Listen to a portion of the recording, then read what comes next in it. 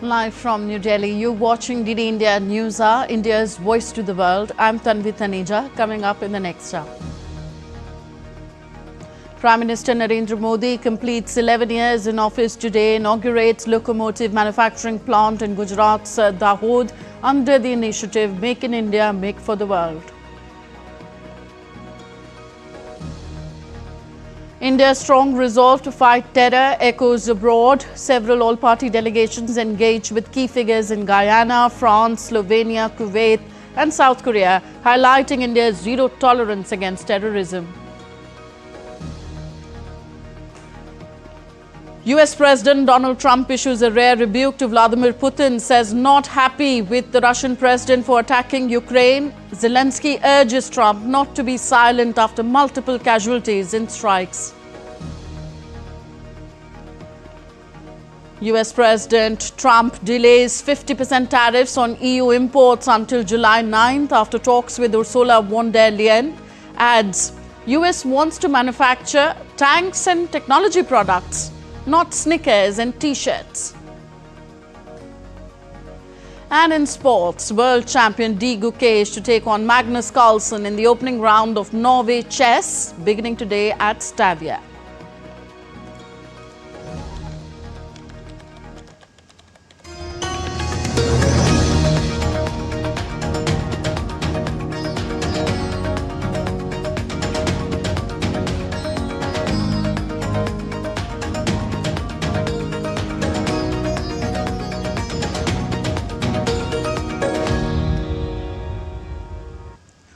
In line with his commitment to enhancing connectivity and building world-class travel infrastructure, Prime Minister Modi inaugurated Indian Railways locomotive manufacturing plant in Gujarat's Dahod. This plant will produce electric locomotives of 9,000 horsepower for domestic purposes and export. He also flagged off the first electric locomotive, paving the way for greener, faster and more sustainable rail travel. Further, Prime Minister Modi laid the foundation stone and inaugurated multiple development projects worth around 24,000 crore rupees. Earlier, he held a major roadshow in Vadodara city. The event drew thousands of supporters, reflecting strong local backing ahead of key national developments. The Prime Minister appreciated the warm reception and expressed his gratitude to the crowd for their support and blessings. Prime Minister Narendra Modi is visiting the Western Indian state of Gujarat for a 2-day visit.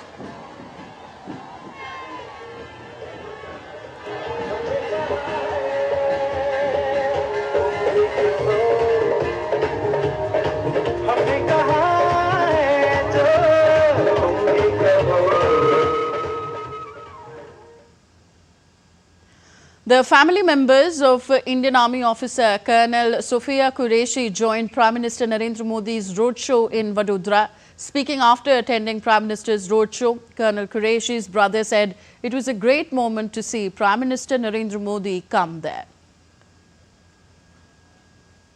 पहली बार सामने देखा और उनका जो हमने नमन किया, उन्होंने किया जो इशारा था, सुनाई नहीं दिया लेकिन आंखों में समझ पड़ गया कि it was a found moment and it's great pleasure कि हमको हमने सामने मिला। जिस तरीके से आपकी बहन के बारे में बताया, जिस तरीके से पूरे वर्ल्ड में उनका एक रेपुटेशन बना है आतंकवाद के खिलाफ, उसके बारे में क्या कहेंगे? देखिए, इसमें सबसे पहला हाथ हमारी डिफेंस फोर्सेस, हमारी गवर्नमेंट ऑफ इंडिया का है कि जिन्होंने मौका दिया। जो ये अभी वर्क हो रहा है, जो चीज़ें बढ़ रही हैं या हमारी गवर्नमेंट जो कर रही है या honourable prime minister is doing it, it's fantastic, it's a great choice. तो सारे जो है जय जयकार की जो नारे लग रहे थे और एकदम मतलब देशभक्ति, पेट्रियोटिज्म जो हमारे अंदर से निकल रहा था, वो किसी को बोलने की जरूरत नहीं, एक खुशी एक अलग थी। और सबसे बड़ी बात तो नारी सशक्तिकरण, जो मैं खुद एक फीमेल हूँ तो वो उस चीज़ को फील कर सकती हूँ कि मोदी जी ने फीमेल को कितना ऊपर उठा दिया है। कर्नल सोफिया कुरैशी जो है मेरी ट्विन सिस्टर है, मुझसे 15 मिनट्स बड़ी है, तो अगर सिस्टर है तो थोड़ा सा अलग फीलिंग आती है, क्योंकि कंट्री के लिए जब आपकी देश के लिए जो है आपकी बहन, जब आपकी सिस्टर उसमें उसका एक पार्ट होती है, तो वो फीलिंग बहुत ही इंस्पायर करती है, मोटिवेट करती है। मुझे ही नहीं, मेरे जैसे बहुत सारे लोग, अब वो मेरी सिस्टर नहीं रही, पूरी कंट्री की सिस्टर हो गई है। On May 26, 2014, Narendra Modi took oath as India's Prime Minister, marking a shift from decades of coalition politics to a strong, clear mandate. His administration introduced pivotal reforms, paving the way for India's emergence as the world's fourth largest economic powerhouse. A report.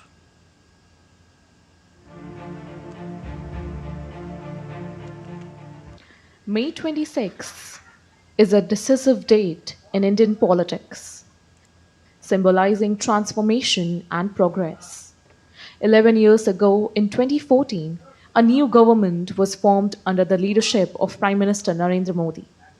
His cabinet took the oath at the presidential palace, marking a historic moment because coalition politics had dominated the country for the last 3 decades, with no clear mandate for any party. However, 2014 was a year of change. The Bharatiya Janata Party, led by Narendra Modi as its prime ministerial candidate, secured a remarkable victory, winning 282 Lok Sabha seats. BJP on its own crossed the halfway mark for simple majority in the lower house. Upon taking office, Prime Minister Modi launched a strong fight against corruption, adopting the mantra of Sabka Saath, Sabka Vikas.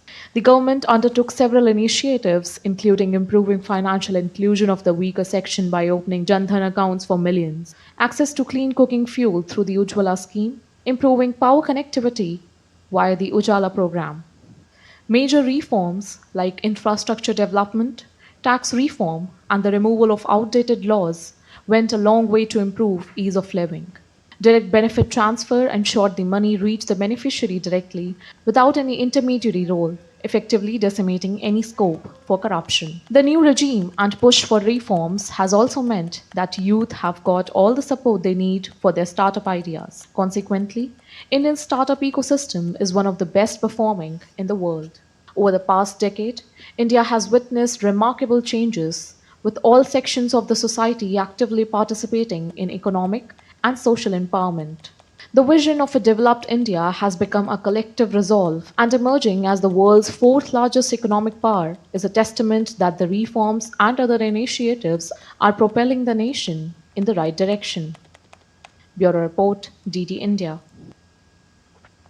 India continues its global campaign against Pakistan-sponsored terrorism, with all-party parliamentary delegations engaged in diplomatic efforts and visiting key countries to spread the message of zero tolerance against terrorism.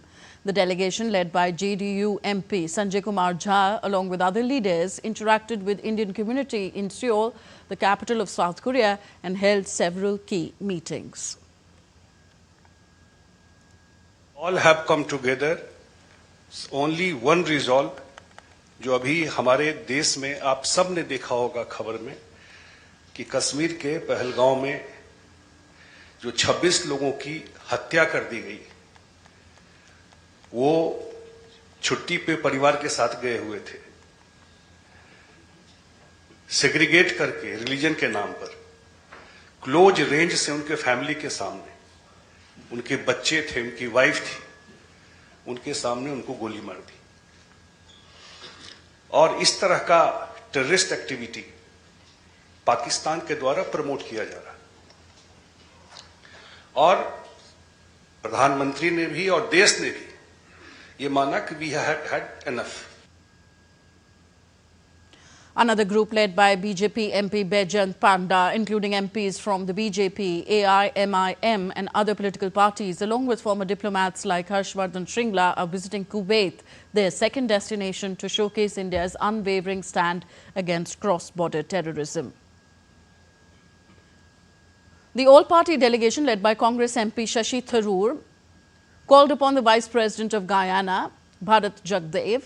In his remarks, Tharoor highlighted that India is standing against terrorism wherever it comes. He also said that the motive is not only to bring the evil killers to justice, but also challenging those who are financing them, training them, equipping them, directing them to do their evil.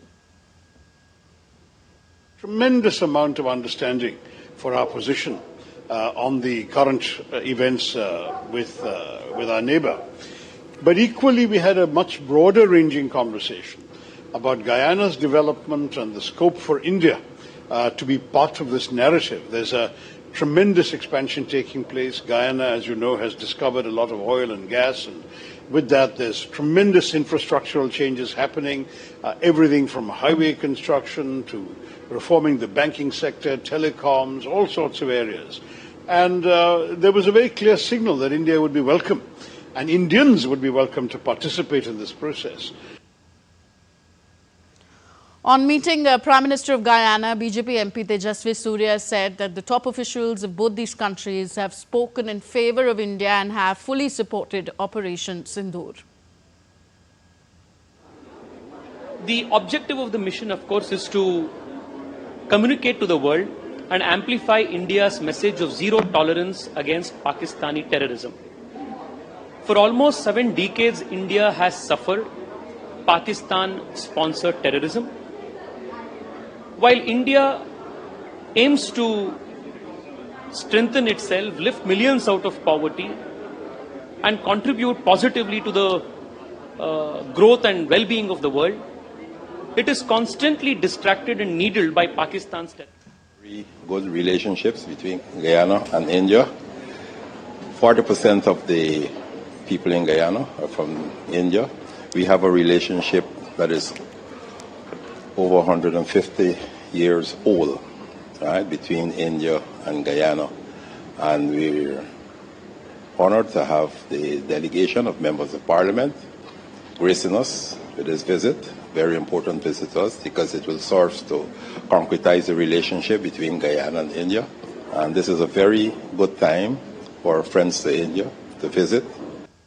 Meanwhile, another delegation led by NCP MP Supriya Sule is visiting Qatar to showcase Operation Sindoor and India's continued fight against terrorism.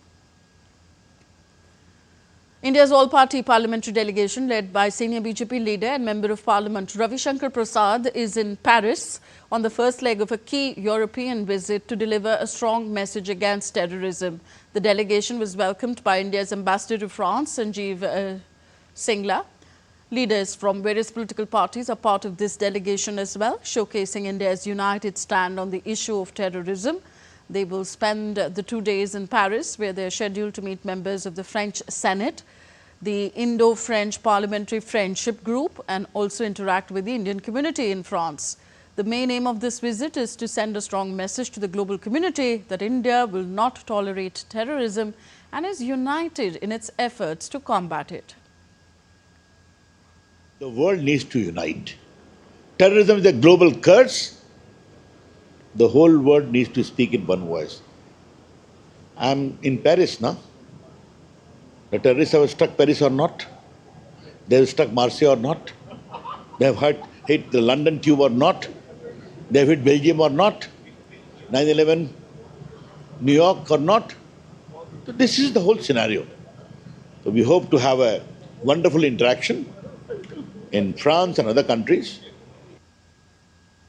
And after France, the delegation will travel to Italy, Germany, Denmark and the United Kingdom to continue spreading India's message and build international support. In continuation of India's sustained fight against terrorism, another all-party delegation led by Kanimuri Karunanidhi, Member of Parliament, had a number of engagements in Slovenia. They will also be holding further talks and discussions today, giving an overview of Pakistan-sponsored terrorism and India's Operation Sindoor against terror camps deep inside Pakistan.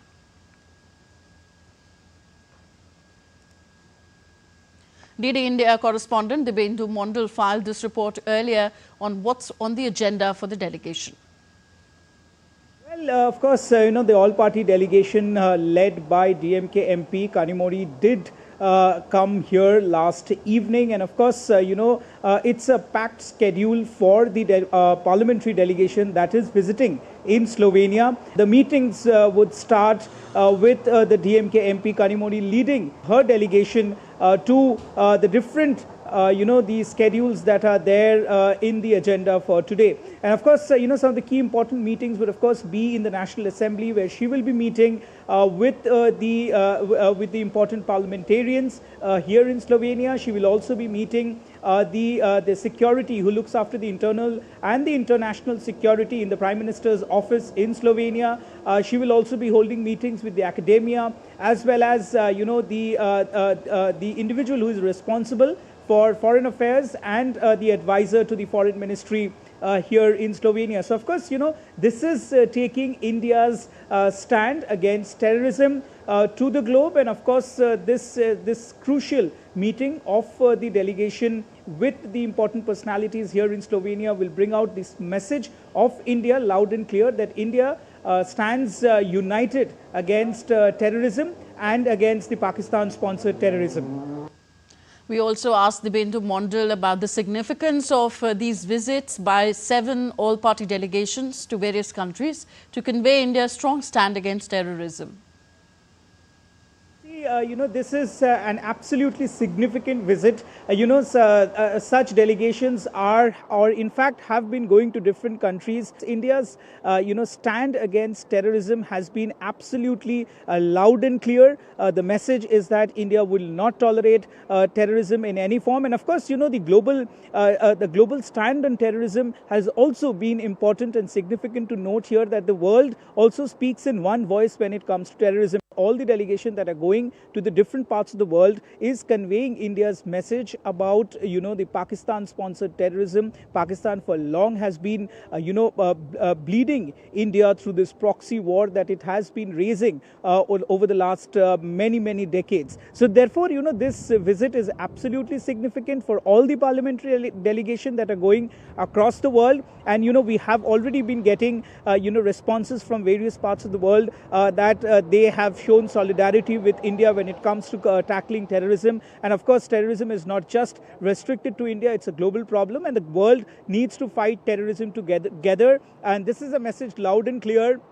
And also for Pakistan, the message is very clear from the world that terrorism in any form would not be tolerated anywhere in the world, not just in India. And of course, any act of terror on the soil of India would now be considered as an act of war. Therefore, once again, the message is loud and clear that India stands united today when it comes to fighting terrorism, and when it comes to national interest, and when it comes to the sovereignty of India. All political parties, irrespective of their ideologies and irrespective of their difference in opinions, all the political parties stand united to fight against terrorism. Dibyendu Mondal, our correspondent, was reporting from Slovenia. India's Minister of Culture and Tourism, Gajendra Singh Shekhawat, is leading the Indian delegation at BRICS Culture Ministers meeting in Brazil. The meeting brings together culture ministers from the BRICS nations, Brazil, Russia, India, China and South Africa, to promote mutual understanding and cultural cooperation. This year's focus is on strengthening ties through joint cultural projects, institutional partnerships and efforts to preserve the diverse heritage of BRICS countries. In a social media post, the minister shared glimpses from the dinner with fellow culture ministers of BRICS who have gathered for the Culture Working Group technical meeting. You're watching DD India News. Are still to come on the show. US Homeland Security Secretary Kristi Noem meets Israel's Prime Minister Benjamin Netanyahu.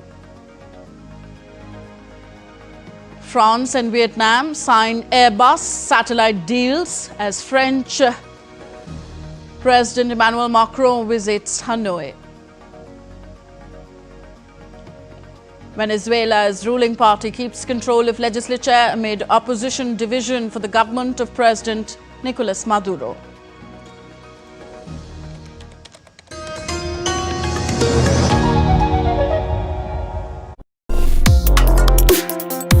Complex issues, hidden agendas, twists and turns, strategic games.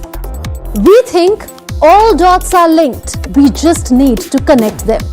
Join me every week as I connect the dots to unravel hidden designs in statecraft, mysteries, and decode issues that matter to you. Watch Connecting the Dots with me at these times on DD India.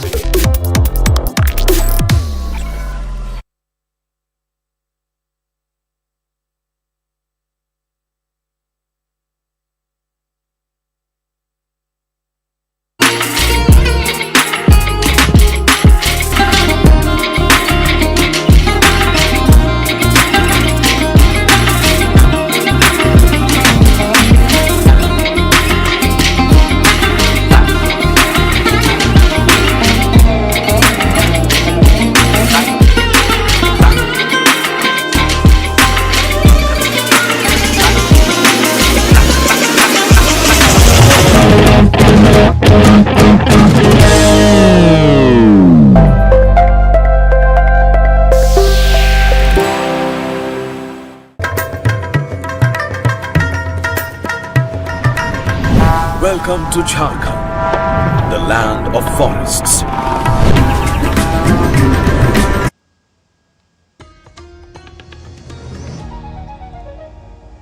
Welcome back. You're watching DD India News. I am Tanvi Taneja. US President Donald Trump issued a rare rebuke to Russian leader Vladimir Putin on Sunday, saying he was not happy with him after Moscow launched a record number of drone strikes against Ukraine. What Putin's doing, he's killing a lot of people, and I don't know what the hell happened to Putin. I've known him a long time, always gotten along with him, but he's sending rockets into cities and killing people, and I don't like it at all, okay? We're in the middle of talking, and he's shooting rockets into Kiev and other cities. I don't like it at all. Responding to a question on the tarmac in Morristown, Trump said he was absolutely considering increasing US sanctions on Russia in response to the latest drone attacks. The US president intensified his criticism of his Russian counterpart by calling him crazy via a social media post. Trump, in a post on his official Truth Social account, said, and I quote him, "I've always had a very good relationship with Vladimir Putin of Russia, but something has happened to him. He's gone absolutely crazy." Trump did not stop short of criticizing Ukrainian President Volodymyr Zelensky, posting that Ukrainian leader is doing his country no favors by talking the way he does. Everything out of his mouth causes problems. I don't like it, and it better stop, unquote. Trump spoke in reaction to a Russian barrage of over 360 drones and missiles at Ukrainian cities overnight on Sunday, including the capital Kiev, in the largest aerial attack of the conflict so far, killing at least 13 people and injuring dozens more. Ukrainian President Volodymyr Zelensky called on the United States to speak out. The Ukrainian president, in a social media post on Telegram, said, and I quote him, "The silence of America, the silence of others in the world only encourages Putin. Every such terrorist Russian strike," he said, "is reason enough for new sanctions against Russia."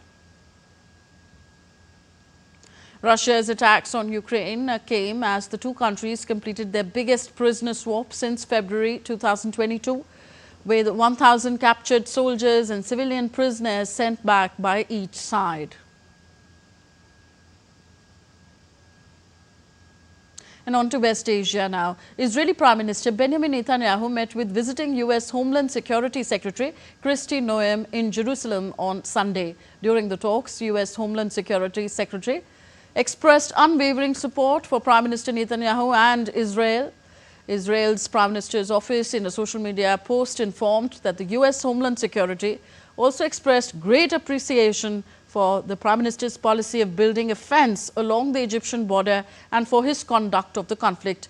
The visit of US Homeland Security Secretary to Jerusalem came after the killing of 2 Israeli embassy staffers in Washington last week. US President Donald Trump said that he was not interested in moving textile manufacturing back to America, saying he was focused on big things like computer chips and tanks. We're going to make sneakers and T-shirts, and we want to make military equipment. We want to make big things. We want to do the AI thing with the computers and the many elements. Further, Trump on Sunday backed off his threat to impose 50% tariffs on EU imports, agreeing to extend trade talks until July 9th. On Friday, Trump had warned steep tariffs starting June 1st, citing frustration over the stalled negotiations, sending shockwaves through global markets. However, after a phone call with European Commission President Ursula von der Leyen, who requested more time to reach a good deal, Trump agreed to delay. He told reporters that von der Leyen assured him that they would rapidly get together to find common ground.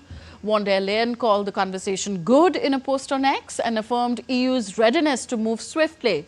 The new timeline restores the original 90-day window set by Trump in April. She just called me, as you know, and she asked for an extension on the June 1st date. And she said she wants to get down to serious negotiation because I've told you specifically, haven't I told anybody that would listen? They have to do that. And we had a very nice call, and I agreed to move it. I believe June 9th would be, July 9th would be the date.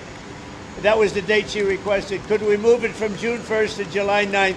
And I agreed to do that. And that she said we will rapidly get together and see if we can work something out.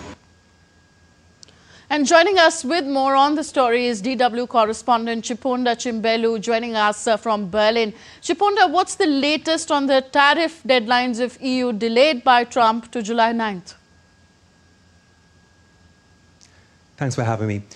Well, the European Commission President Ursula von der Leyen said that Europe is ready to advance talks swiftly and decisively, and that the bloc needs until July 9th to come up with a good deal. Now, that is what she wrote in a social media post on X. Prior to Trump's announcement of the delay, the EU wasn't dramatic or alarmist in its response to the 50% tariff threat. Now, the bloc's top trade representative, Maros Sefcovic, said that Brussels aims to secure a trade deal based on respect and not threats. And here in Germany, the finance minister, Lars Klingbeil, told the country's biggest newspaper, Bild, that tariffs are just as harmful for the US economy as they are for the EU's. It is, after all, the world's biggest trade relationship. Okay, Chiponda, also tell us, why did negotiations take a turn last week?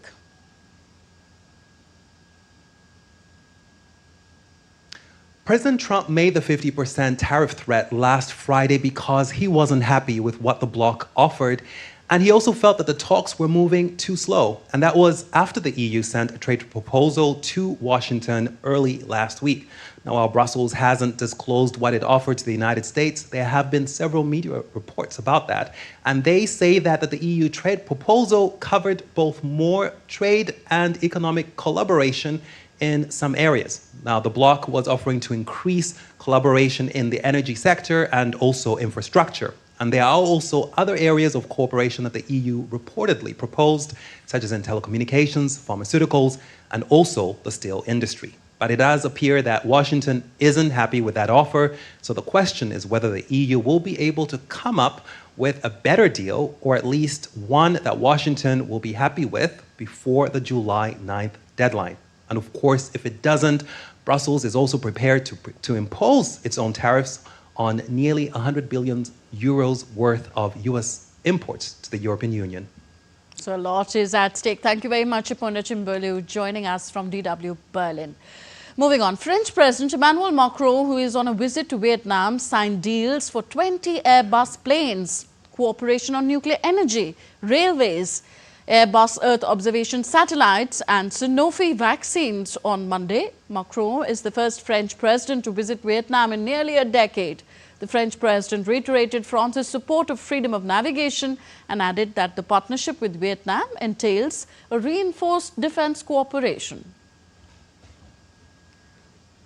On to South America now. Venezuelan President Nicolas Maduro's party won big in parliamentary and regional elections held on Sunday, securing 23 out of 24 governor positions and dominating National Assembly votes. The party won with nearly 83% of votes, keeping the ruling party in control of the Attorney General's office and the top court, whose members are elected by lawmakers. However, the opposition, led by Maria Corina Machado, boycotted the elections, calling them a farce. The turnout was reportedly low from last year's presidential vote. The run-up saw over 70 arrests, including opposition figure Juan Pablo Guanipa, accused of leading a terrorist network, quote. The government also shut its border with Colombia, citing security concerns. And back to Asia now. In an audio speech to the nation, Bangladesh's Awami League leader Sheikh Hasina recalled that her father, Sheikh Mujibur Rahman, sacrificed his life for St. Martin's Island and cautioned against potential land giveaways. Notably, Bangladesh is in turmoil as the army claimed that the chief advisor Muhammad Yunus is giving away a portion of the country's land to the United States in the name of the Rakhoi Corridor. The army has strongly opposed this move. Further, Hasina claimed that she had previously cautioned the public before the July 2024 uprising that some people were pressuring to give away land of Bangladesh, but regretted that people did not believe her at that time. In the audio speech, Hasina also labelled a number of allegations against Chief Advisor Mohammad Yunus. You're watching DD India News. Still to come on the show. We understand with the help of our expert why US defense analysts feel India's Operation Sindoor is a wake-up call for US defense reform. Heavy rain slashed Mumbai, road and rail traffic affected. And the UAE hits record May temperature of 51.6 degrees Celsius for the second day in a row.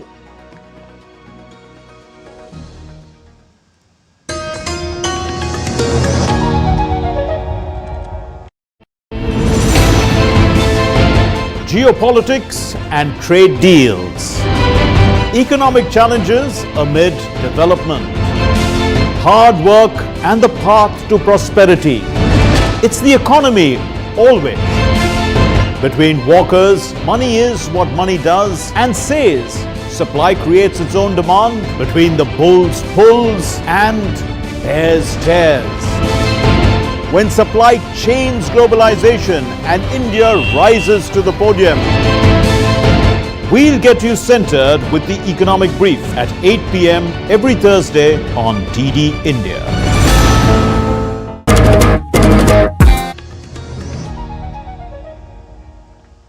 Welcome back. You're watching DD India News. I am Tanvi Taneja. Here are the top stories at this hour.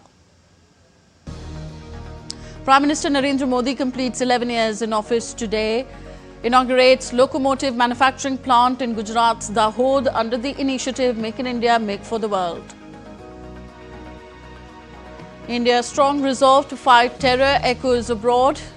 Several all-party delegations engage with key figures in Guyana, France, Slovenia, Kuwait and South Korea, highlighting India's zero tolerance against terrorism. US President Donald Trump issues a rare rebuke to Vladimir Putin, says not happy with the Russian president for attacking Ukraine. Zelensky urges Trump not to be silent after multiple casualties in strikes. In an article titled India's Wake-up Call, published in the journal Small Wars, writers John Spencer and Vincent Viola praise India's defence modernisation under the Make in India initiative, highlighting Operation Sindoor's success.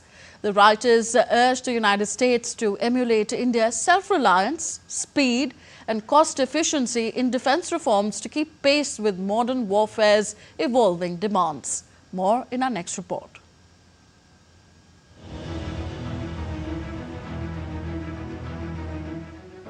An article titled India's Wake-up Call, Why US Defence Reform Must Match the Speed of Modern War, published in Small Wars Journal, has put the spotlight on India's rapid defence modernisation. John Spencer and Vincent Viola, the authors, while complimenting India's self-reliant strides, have urged US to mirror its reforms in the same way. Citing Operation Sindoor as a breakthrough in strategy and execution, the piece highlights how New Delhi launched the Make in India initiative. A decade later, that investment paid off in Operation Sindoor. It positions India as a model of adaptability, underscoring growing global military shifts and the urgency for the US to accelerate its defense transformation. The authors of the article have praised the sweeping defence reforms initiated in 2014 by the NDA government led by Prime Minister Narendra Modi, listing several key aspects of the decisive step. The article mentions India's defence transformation, launched in 2014 through the Make in India initiative, has reshaped its military prowess. Spencer writes that Operation Sindoor exemplified this shift as India executed precision strikes on cross-border terrorist targets in just 4 days, using only domestically developed systems like BrahMos missiles, Akash Tir air defence and loitering munitions. With domestic sourcing in defence rising from 30% to 65% and a goal of 90% by 2030, India increased capital outlays from $6 billion in 2019-20 to $20 billion in 2023-24. Its cost-effective, high-performance platform decisively outmatched Pakistan's Chinese-supplied defences, signaling a new era of regional dominance built on self-reliant strength. Under a dedicated head, the author highlighted some lessons for the United States, including those from India's model emphasizing capability, speed, and cost efficiency. The article also advises that the US should study and potentially adopt aspects of the Indian model of self-reliance and rapidly expanding indigenous arms production capabilities. The article says that the lesson of Operation Sindoor is not just that India is rising, it's that the United States can fall behind, underlining the giant leap India has taken in this sector. Antara Sinha for DD India. And we are joined by defence expert, retired Lieutenant General Rajiv Chopra on the show. Welcome, sir. Several years ago, Prime Minister Narendra Modi launched the Make in India initiative, including in defence production. What do you think of India's domestic model of self-reliance in defence production, which has paid off so magnificently? Tanvi, it is heartening to see that India's Make in India program is being found in the Small Wars Journal in the US. That speaks volumes about the Indian defense industry. Now, well said by you that this program was launched by Honorable Prime Minister in September 2014. And in a decade plus, we've achieved from a net exporter company, India, than what we are importing. There's been a big jump of 65% from year 2013-14. It is a 124% jump. You know what we are doing now, we are indigenously making 65% of the defense production. Earlier, importing 65 to 75. Now, even let me bring out that today 23-24, 1.22 lakh crores we had defense production, and the target is 3 lakh crores by year 2029. I want to also emphasize the point that in year 2023-2024, we exported defense equipment worth 24,000 crores. That is quantum jump than what we have done. And we are exporting our goods to more than 100 countries. That includes US, France, Armenia. That includes the combat jackets, the boots, the small ships, the frigates. That innumerable equipment we have been doing. What I want to bring out, and the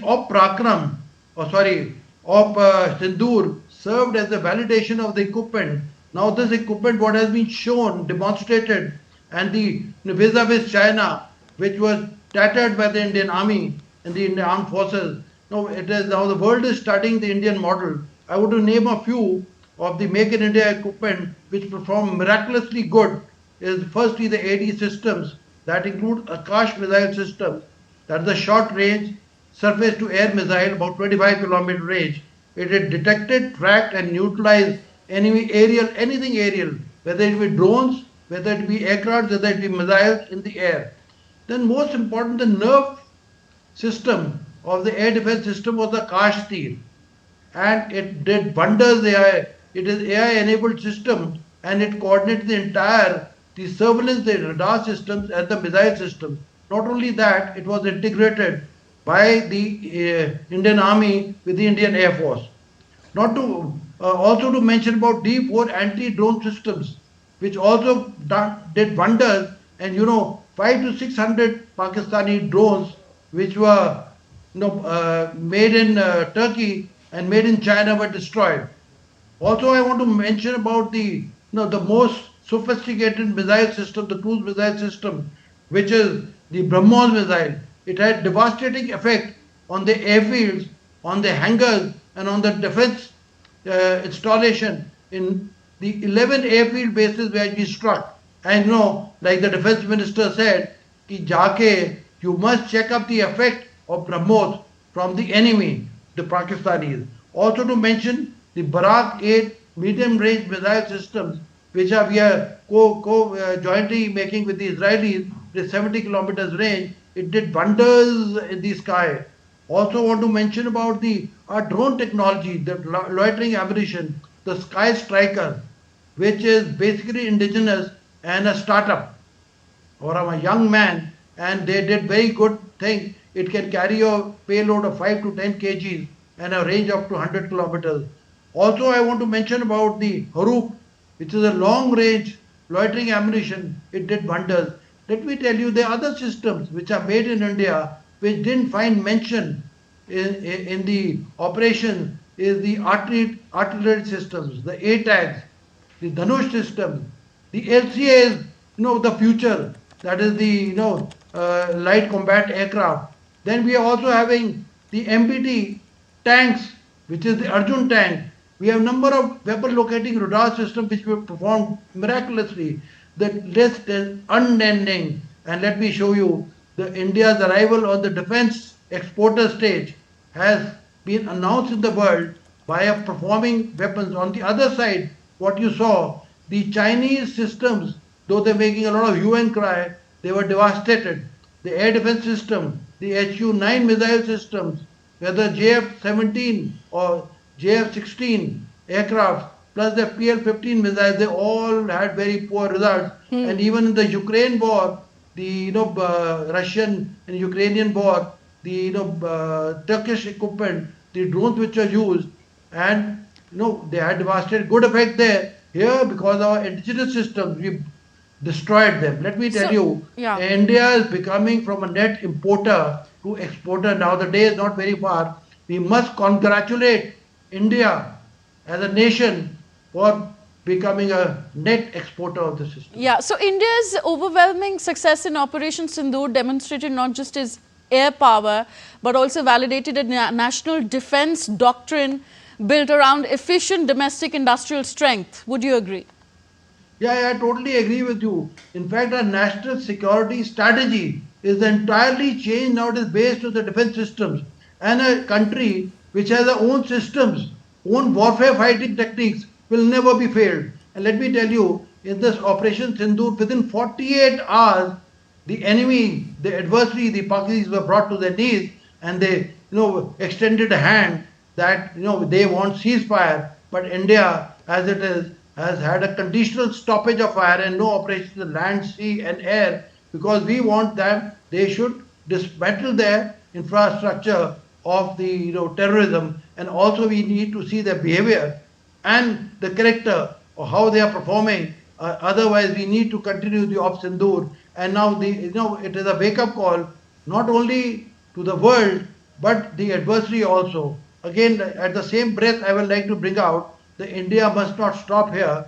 We must up the ante and increase our deterrence capability so that the Pakistanis don't dare ever to have this kind of terrorism inside India. Our diplomatic missions are going abroad. They've gone to 50 odd countries to explain the India stand, how we have carried out the operation with great restraint, and the terrorism not here, it's going to stay for the world, and the world needs to take a collective anti-terrorism stance as a whole.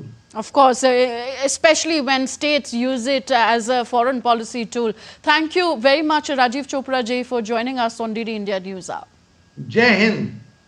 Jai Hind. Union Minister of Science and Technology and Earth Sciences, Dr. Jitendra Singh, launched the High-Resolution Numerical Weather Prediction (NWP) Model Bharat Forecast System, developed by Ministry of Earth Sciences on Monday in New Delhi. This model will be operationalized for high-resolution weather forecasting at a 6-kilometer spatial resolution. Speaking at the event, the minister said that this system is thoroughly made in India. He also lauded the women inclusive team, saying that the country is empowering women and also seeing empowerment through them. I think more than one aspects which are very close in the priorities of this government headed by Prime Minister Modi. A, that at a time when India has risen to rank 4 in economy and has very evidently showcased to the world its technological prowess, we are also, in a way, asserting ourselves and our supremacy as far as our forecast system and meteorological capability is concerned. Second aspect, which is, I think, all these things go unspoken is that Prime Minister keeps saying "Make in India," and I think what better a model than this? The Bharat FS. The name is Indian, the effort is Indian, and the makers are Indian. On to weather updates now. The India Meteorological Department has forecasted heavy rainfall and thunderstorms across several regions, with warnings extending until the end of the week. Meanwhile, the southwest monsoon has further advanced into some more parts of Central Arabian Sea, partially in Karnataka, Tamil Nadu, Telangana and Andhra Pradesh, Bay of Bengal, as well as most of northeast India on Monday. Meanwhile, heavy rain continues to lash many parts of Kerala, uprooting trees and damaging crops, buildings and residential houses. Red alert has been issued for Pathanamthitta, Kottayam, Idukki, Ernakulam, Thrissur, Palakkad, Malappuram, Kozhikode, Wayanad, Kannur and Kasaragod districts on Monday, while orange alert has been issued for Thiruvananthapuram, Kollam and Alappuzha districts. The Met Department has also issued a heat wave alert for Rajasthan, forecasting that extreme temperatures will persist over the next 5 days. As per IMD, severe heat wave conditions are forecast to continue in Rajasthan until May 27th and in Punjab, Haryana, Jammu and Kashmir until May 26th. India's western state of Maharashtra is facing heavy rains with thunder and lightning lashing Mumbai city and its suburbs since Sunday night. The heavy downpour has affected road traffic due to waterlogging in low-lying areas in Sion, Dadar, Andheri, Kurla and King's Circle. Rail traffic has also been affected with waterlogging between the railway tracks at several stations. Meanwhile, heavy rains had created a flood-like situation in villages near Karaha River, with many rivers still under the impact. A total of 8 villagers were rescued by the team. Heavy rains continue in many parts of the state, and the Meteorological Department predicted that heavy rains in the next few hours, especially in Mumbai, Konkan, Western Maharashtra. The state administration has been directed to remain on alert and carry out relief work. The Meteorological Department has predicted heavy rains with strong winds of 50 to 60 kilometers per hour and lightning in some places in Mumbai district in the next 3 to 4 hours. A red alert has been issued for Mumbai suburbs. And Shama Mishra joins us with the latest from Mumbai. Shama, red alert has been issued for Mumbai suburbs. Tell us, how has local life been disrupted and what can residents expect in the hours and days ahead? Well, Tanvi, for days ahead, we will only have to rely on the Indian Meteorological Department and its forecast as to how and when the weather would be changing. But for now, the Mumbai area, along with Thane, Navi Mumbai, Ratnagiri, Raigad, and also the Ghats of Pune and Sangli, these areas which were on orange alert earlier have now been upgraded to red alert, and that means the situation has worsened over here. In the morning, we did see that Mumbaikars woke up with dark clouds, and almost it seemed like the morning the sun had not come out of the sun had not risen. Also, we did see that heavy downpour was continuing, and because of the fact that Mumbai was witnessing high tide at 11:30, the water which was getting collected in the low-lying areas could not recede, did not have space to go out. We did see waterlogging situation at many low-lying areas, including Hindmata area, Parel, Sayan, then Kurla area. Apart from that, many other places outside Maharashtra, outside Mumbai as well. Because of this, a lot of traffic was diverted, and traffic there, which had the vehicles there, which had come there, had completely come to a standstill because there was no place to go out.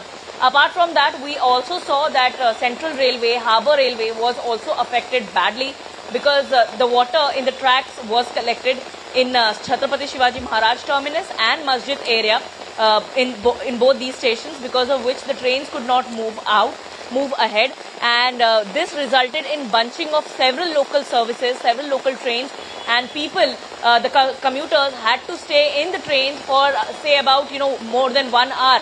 So commuters who were going to their offices or going to their workplaces had to face difficulties since morning, and after the time that the low tide started on.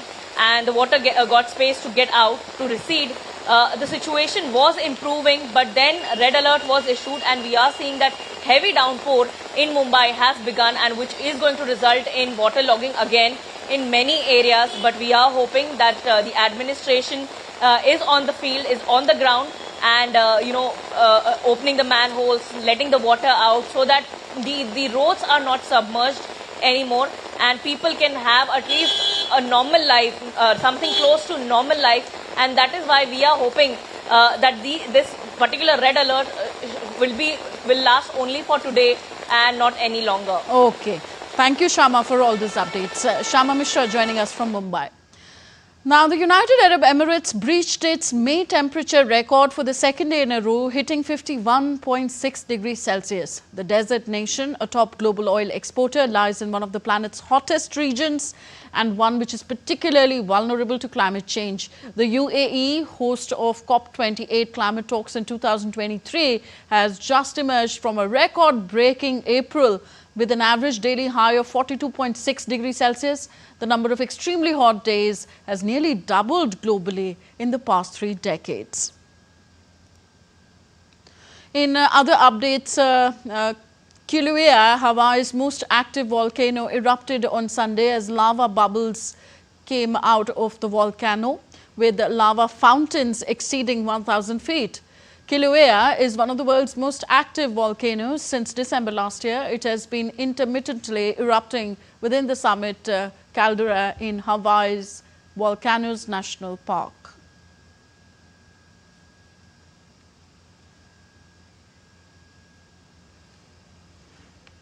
India's Minister for Education, Dharmendra Pradhan, presided over the letter of intent handover ceremony to the University of Liverpool in New Delhi on Monday. The ceremony was attended by Vice-Chancellor of the University of Liverpool. A report.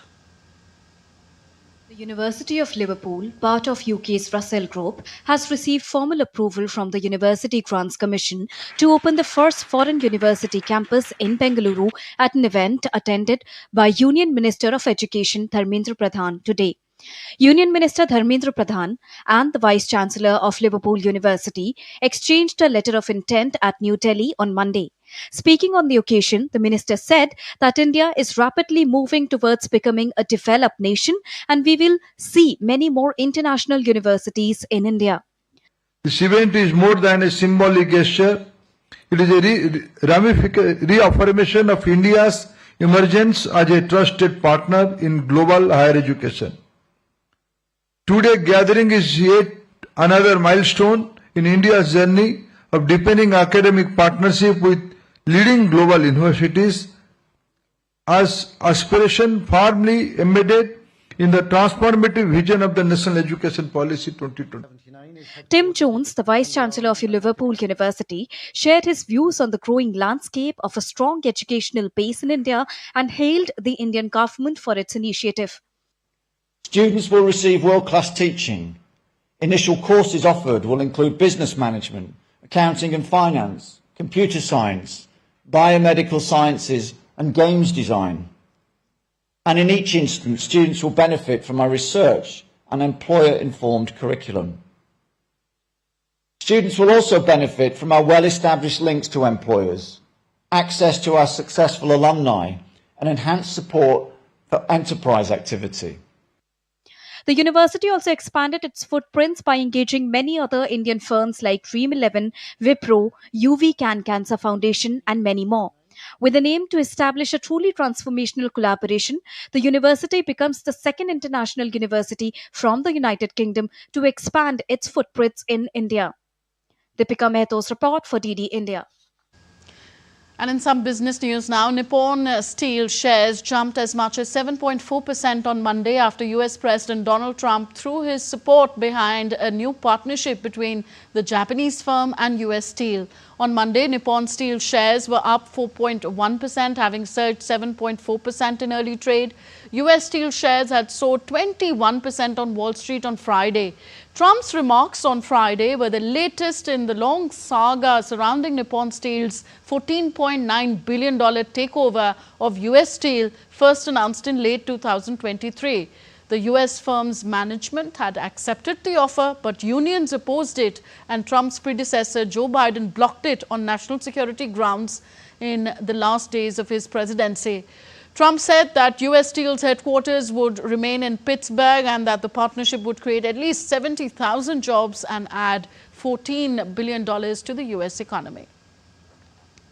And in some sporting news now, the youngest world chess champion Gukesh will face world number 1 Magnus Carlsen in the opening round of the Norway chess tournament in Stavanger city on Monday, while first-timer Arjun Ergyasi will open his campaign against Wei Yi of China. In the women's sections, Kuneru Hampi will compete against compatriot Vaishali Ramesh Babu in the first round.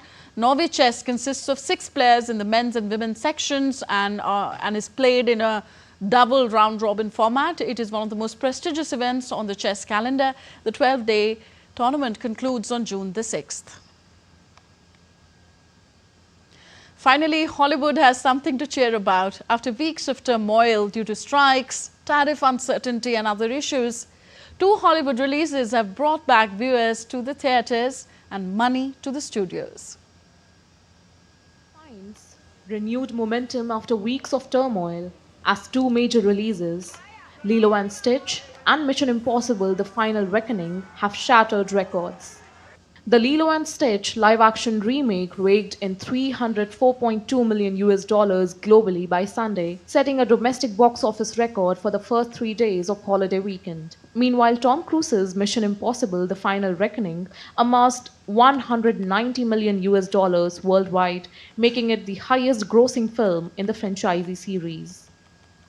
Paramount's massive marketing blitz for Cruise's spy saga paid off, driving audiences back to theaters and marking a strong start to the summer season, which typically accounts for 35 to 40% of annual domestic box office revenue. Memorial Day weekend success sets the stage for upcoming blockbusters: a John Wick spin-off starring Ana de Armas, a live-action remake of How to Train Your Dragon, and Jurassic World Rebirth promising more cinematic thrills ahead. As audiences return to theaters, the momentum sets an exciting stage for upcoming blockbusters. With anticipation high, the industry gears up for another season of cinematic thrill rides. Bureau Report, DD India. So that's it in this edition of DD India News Hour. Do let us know your thoughts on the news of the day. Connect with us on our different social media handles at DD India Live. And for those on the go, you can also download our DD India mobile app. The app is available on both Android and iOS platforms. We'll be back with more news as it breaks here on DD India. I'm Tanvi Taneja from all of us here in New Delhi. Thank you for watching. Namaskar.